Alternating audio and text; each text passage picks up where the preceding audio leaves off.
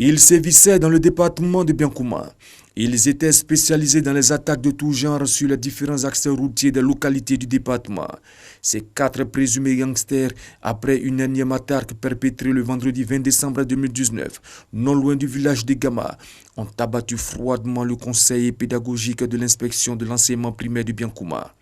Mais ils n'iront pas loin. Une enquête immédiatement ouverte par la brigade de gendarmerie de Biankouma permet d'interpeller le dimanche 5 janvier 2020 l'un d'entre eux dans le village de Dengouin.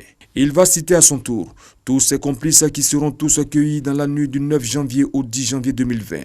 Les perquisitions opérées dans leur domicile permettront aux gendarmes de découvrir 2 fusils de type calibre 12, 14 munitions calibre 12, 8 boulettes de cannabis et un béret vert. La vérité, c'est une seule fois. Il n'y a pas de vérité, sinon c'est un groupe de gangs. Ces 4 présumés gangsters iront s'expliquer devant les juridictions compétentes.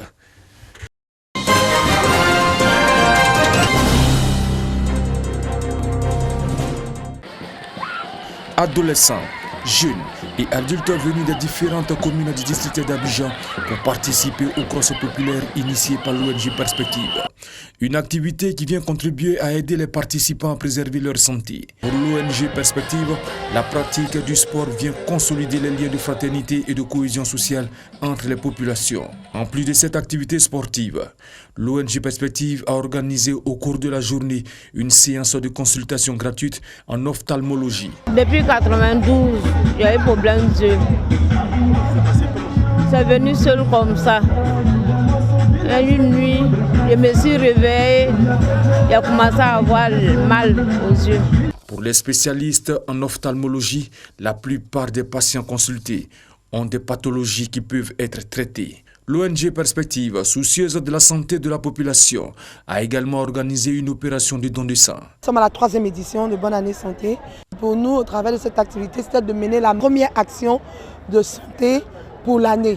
Emmener les populations, nos populations cibles, à prendre de bonnes résolutions de santé pour la nouvelle année qui commence. Chacun d'entre nous devrait, en principe, une fois par an au moins, donner son sang. Ça aide à sauver des vies. On a souhaité cette fois-ci donc justement associer cette opération don de sang pour montrer aux populations qu'il est important de poser cet acte. Créée en 2014, l'ONG Perspective a pour objectif de renforcer les capacités communautaires, de financer des projets et de contribuer à la formation de ses membres.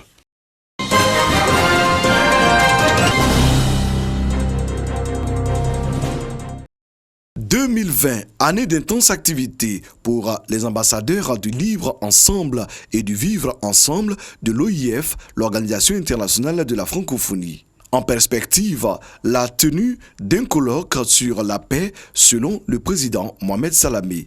Nous sommes dans une année électorale. Nous allons mener des actions dans le cadre de la convivialité, dans le vivre ensemble et dans le libre ensemble, afin de montrer à la Côte d'Ivoire que c'est vrai qu'il y a des élections en 2020, mais ces élections se passeront dans la convivialité et la paix pour chacun d'entre nous.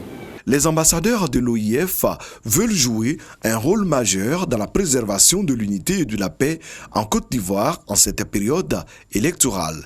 Dans le domaine de l'agriculture, nous allons faire une sensibilisation profonde pour que les femmes, la jeunesse, la population ivoirienne adhèrent au travail et qu'ils sachent que sans la paix, on ne peut rien faire, que chaque Ivoirien respire la paix. Le docteur Philippe Ibitoa, conseiller du président de la République, a assuré ses acteurs de paix et leaders d'opinion du soutien du chef de l'État dans toutes leurs activités. Ce qu'on attend d'eux, c'est justement partager les valeurs du libre ensemble, qui sont des valeurs donc de solidarité, de paix, de partage, de communion. Et donc tous ces grands leaders que vous voyez, toutes ces grandes têtes-là, qui sont de divers domaines, à la fois artistiques, culturels, sportives, académiques, sont tout à fait outillés, n'est-ce pas, pour pouvoir donc mener à bien cet agenda-là. L'association des ambassadeurs de Livre Ensemble et du Vivre Ensemble existe depuis 2017.